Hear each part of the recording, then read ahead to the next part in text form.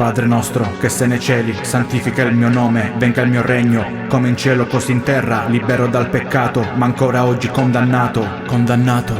Sono tempi persi, nessuno se ne frega niente, la lotta è diversi, propagandata dai perversi, qua si gioca con la vita proprio come fosse domino, mi vomito. Oggi si mette in dubbio il cogito, siamo schiavi ma senza catene, manipolati dalla tele, finisce male come Abele. L'era della civiltà, si parla di un attacco atomico, siamo all'ultimo spettacolo ma a me mi sembra comico. Migliaia di cittadini palestinesi sono in fuga, non ci saranno più pause umanitarie, l'annuncio da parte dei vertici militari e politici. La storia non ci insegna niente, siamo pecore in un gregge, ognuno segue la sua legge, siamo impazziti come schegge, schedati come fuori legge, l'essere umano poi tutto distrugge. Ancora adesso, con la lotta alle streghe, diamo potere a sanguisughe, abbiamo nostalgia del duce, vediamo questa strada adesso dove ci conduce.